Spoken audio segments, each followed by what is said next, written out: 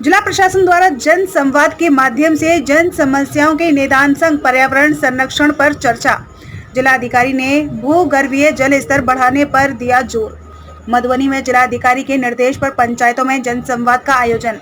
विकास में जन सहभागिता पर आम लोगों से सीधे संवाद। पंचायतों में प्रशासनिक अधिकारी दे रहे योजनाओं की जानकारी। जन कल्याणकारी योजनाओं के सफल क्रियान्वयन के लिए लोगों ने रखी अपनी राय। मधुबनी जिले के घोघरडीहा प्रखंड अंतर्गत छजना पंचायत भवन पर आज अनुमंडल पदाधिकारी अभिषेक कुमार ने भारी संख्या में उपस्थित लोगों के साथ जन संवाद किया। प्रखंड सहकारिता पदाधिकारी के संचालन में आयोजित जन संवाद कार्यक्रम को संबोधित करते हुए जिलाधिकारी अरविंद कुमार वर्मा ने कहा कि जल संकट से बचने के लिए हर व्यक्ति को पौधारोपण करना जरूरी है। हर सक्षम व्यक्ति को अपने अपने घर पर वर्षा जल संचय एवं सोख्ता का निर्माण कर किचन एवं बाथरूम के पानी को फिल्टर कर जल संचय करना नितांत जरूरी है, जिससे भूगर्भीय जल स्तर को बढ़ाया जा सके। वहीं एसडीएम अभिषेक कुमार ने कहा कि सरकारी योजनाओं से पौधारोपण जल संरक्षण संभव नहीं है, सभी लोगों को प्रयास करना होगा।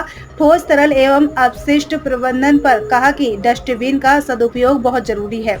जिस काम के लिए डस्टबिन दिया गया है उसी में उसका उपयोग करें, तभी स्वच्छता अभियान सफल माना जाएगा। एसडीएम ने जन संवाद उद्देश्य पर कहा कि हम अधिकारी सरकार के जन कल्याणकारी योजना के बारे में बताने एवं क्षेत्र की प्रमुख समस्याओं की जानकारी लेने के लिए कार्यक्रम का आयोजन कर रहे हैं। एसडीएम ने स्टूडेंट क्रेडिट कार्ड बिहार लोक सेवा अधिकार पर विस्तृत जानकारी देते हुए लोगों से इसका लाभ उठाने की अपील की। जन संवाद कार्यक्रम को संबोधित करते हुए अनुमंडल पुलिस पदाधिकारी सुधीर कुमार ने पुलिस फ्रेंडली पर जानकारी देते हुए कहा कि महिला हेल्प डेस्क का उपयोग कर घरेलू हिंसा छोटी छोटी घटनाओं का निराकरण किया जा रहा है। थाना दिवस पर थाना में जमीन विवाद का निपटारा करने के लिए अंचल अधिकारी व थाना अध्यक्ष उपस्थित रहते हैं। साइबर क्राइम के संबंध में उन्होंने बताया कि लोगों को इसमें सजग एवं समझने की जरूरत है और यदि कहीं हाजी का शिकार होते हैं तो 1930 टोल फ्री नंबर पर डालकर इसका निराकरण करवा सकते हैं। साथ ही उन्होंने 112 टोल फ्री नंबर पर सभी तरह की समस्या से निजात मिलने की बात बताई। जबकि DCLR मुकेश कुमार ने जमीन विवाद व जमीन संबंधी कई तरह की जानकारियों से लोगों को अवगत कराया।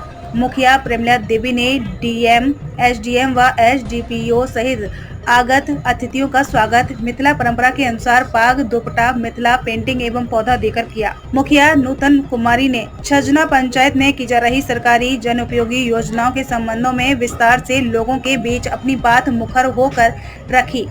कार्यक्रम वीडियो धीरेन्द्र कुमार, धीरज कुमार, CO पूनम मिश्रा, जीविका प्रबंधक ब्रजेश्वर राय, CDPO, VEO, VAO, VCO, प्रखंड के युवा जदयू प्रखंड अध्यक्ष मंगनू सिंह, अमही पंचायत के कुमारी देवी, रवि शंकर कुमार सहित अन्य गणमान्य लोग व स्थानीय जनप्रतिनिधि शामिल थे। घोघरडीहा से संतोष मंडल की रिपोर्ट।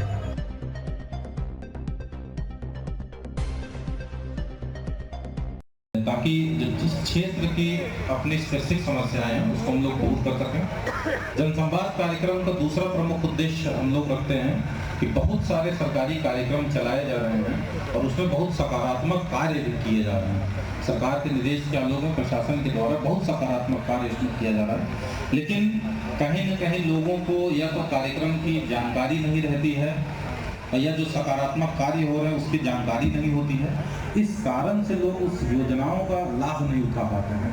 अगर योजनाओं की जानकारी रहती भी है तो कहीं न कहीं जो सकारात्मक कार्य हो रहे हैं, जो पॉजिटिव कार्य हो रहे हैं, उनको बारे में जानकारी ना होकर बल्कि नकारात्मक अफवाह सुन लेते हैं। उनको लगता है कि योजना में काम नहीं हुआ है तो उसका लाभ लेने का प्रयास ही नहीं करते हैं। इस अफवाह को और इस संशय को, इस भ्रम को हम लोग दूर करने का प्रयास कर रहे हैं और साथ ही साथ अधिकतर योजनाओं की जानकारी देने का प्रयास कर रहे हैं। तो DDC साहब ने बहुत विस्तार से आप सभी लोगों को कई सारी योजनाओं के बारे में बताया। मुझे पूरा विश्वास है कि बहुत सारी योजनाओं के बारे में तो आप में से बहुत लोगों ने पहली बार सुना होगा, तो उन्हीं में से कुछ प्रमुख सरकारी कार्यक्रम को हम दोहराएंगे ताकि और दोबारा आप सुनेंगे तो और ज़्यादा अच्छी तरीके से उसमें याद हो जाता। पूरा तो हम लोग नहीं दोहरा पाएंगे, लेकिन कुछ प्रमुख योजनाओं को हम जरूर आपको हाईलाइट करेंगे।